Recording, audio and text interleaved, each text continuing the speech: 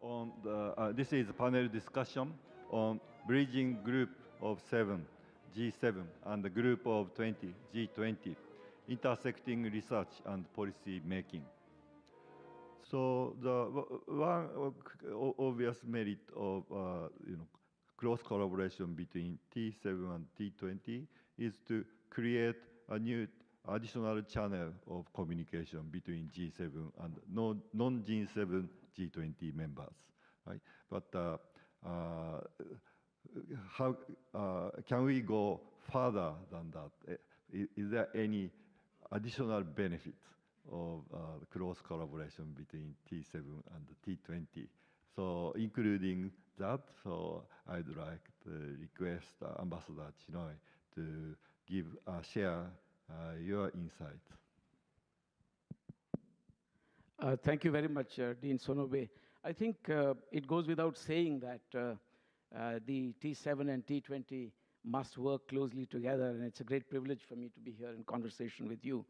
My first impression of the statements made so far and the discourse that we have heard so far is that everyone's very clear about the problems.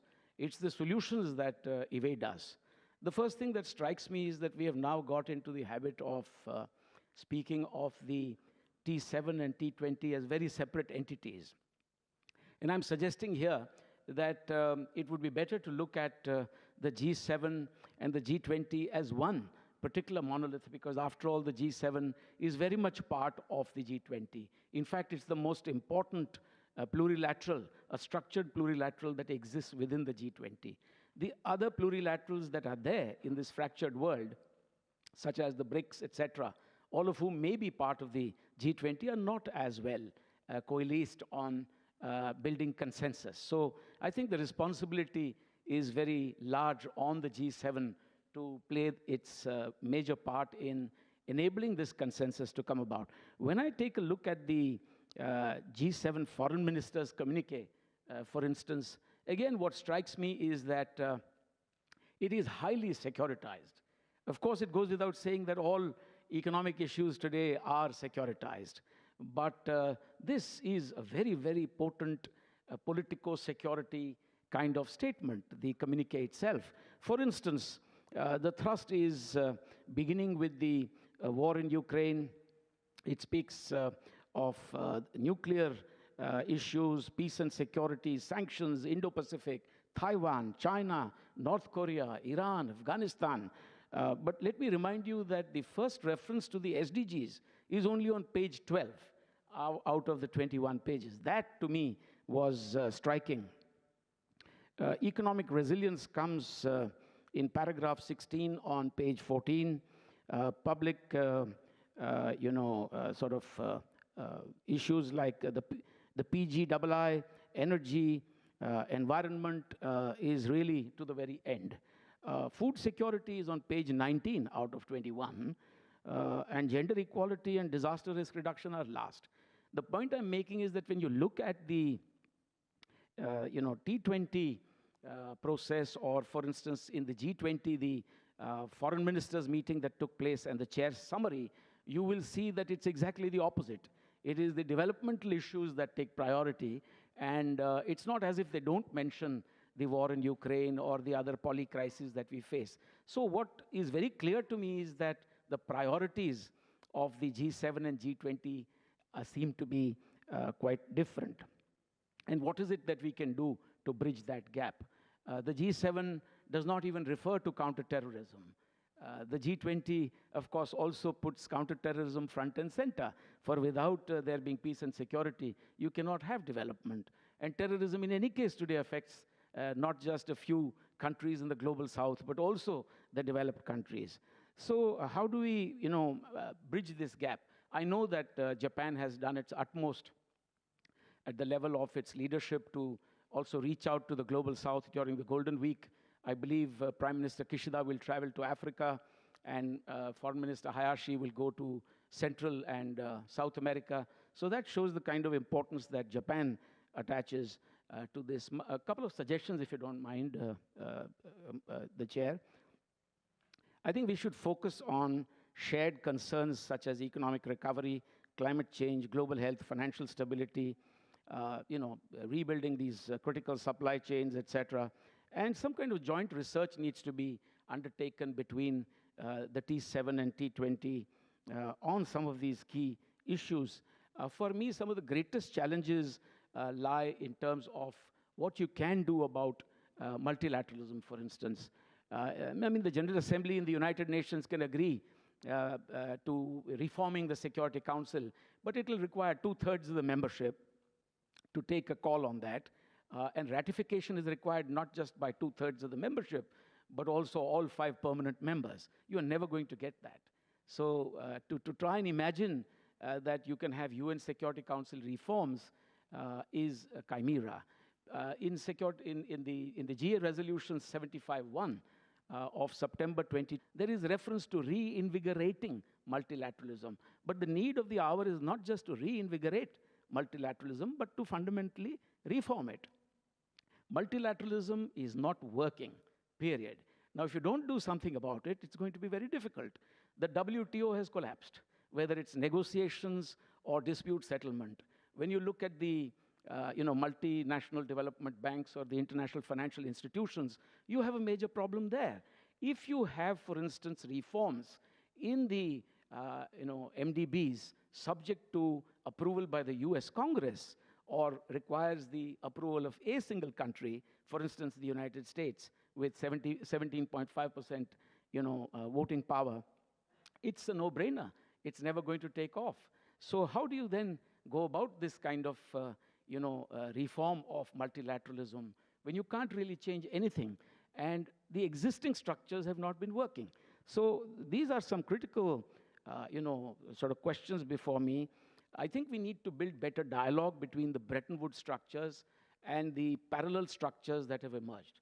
These parallel structures like the AIIB, for instance, or the BRICS New Development Bank, they are here to stay. Some of them ostensibly work on the basis of equality.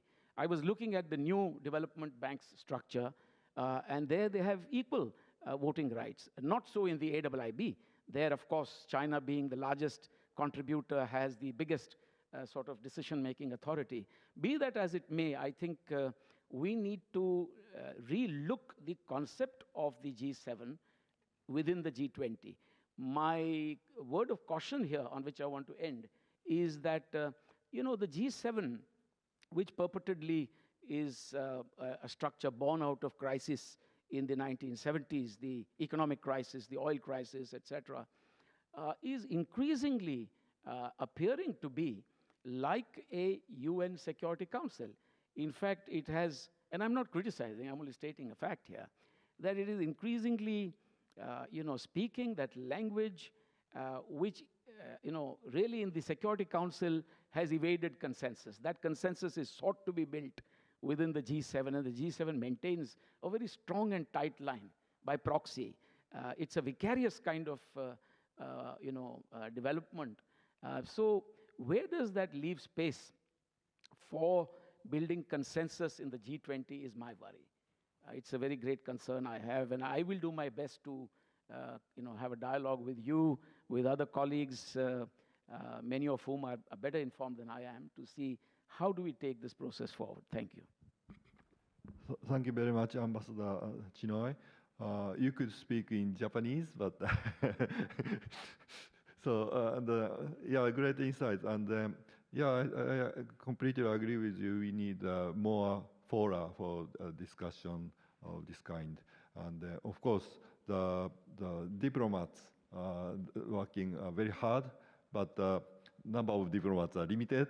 So more track to diplomacy will be very useful. And then some issues. Then, so I'd like to ask Ambassador Chinoy and Professor Bamban about what would be the joint statement topic. And then other panelists, please respond to their comments. Thank you very much, Chair.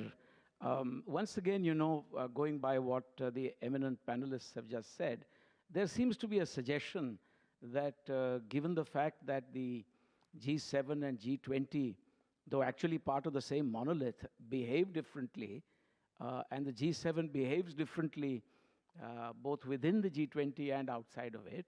I think the key question here is to disaggregate what is possible and what is not possible from what is not possible.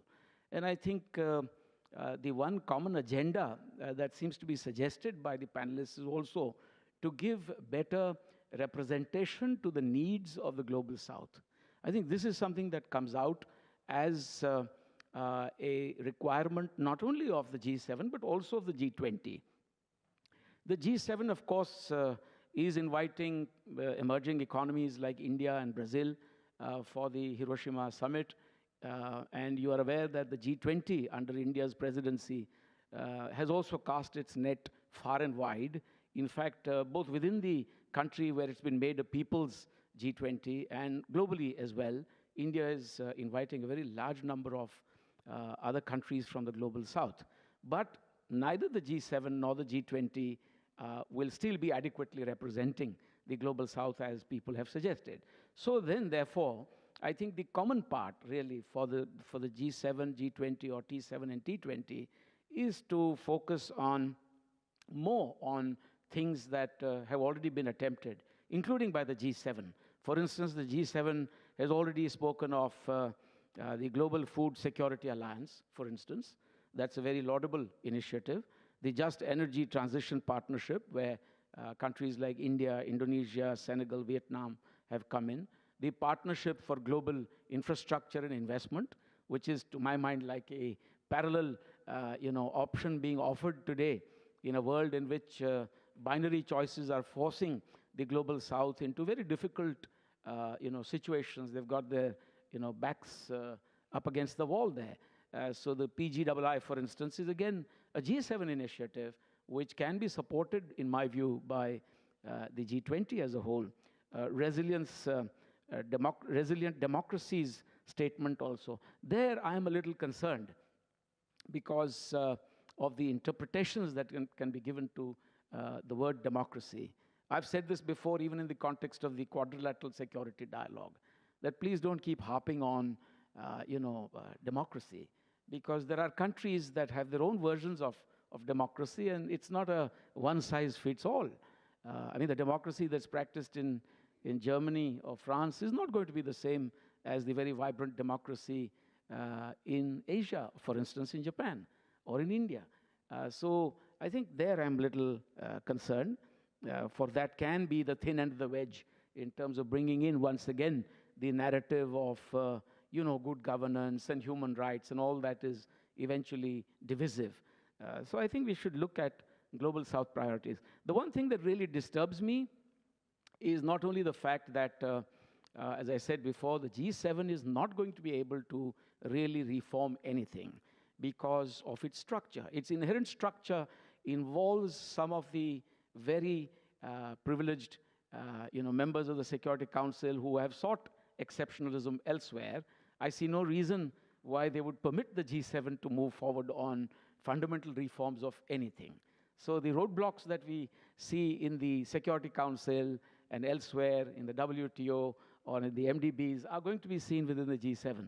So therefore, it's in the G7's interest to shift gear and move towards what is possible with regard to the global South. And in the digital space, it's very disturbing for me as a novice to this field that the entire digital techno-economic architecture that's emerging in the world today is also leading to some kind of a digital colonization. And so maybe we can give some thought to that as well. Thank you. Thank you very much, Ambassador. And this concludes our morning session.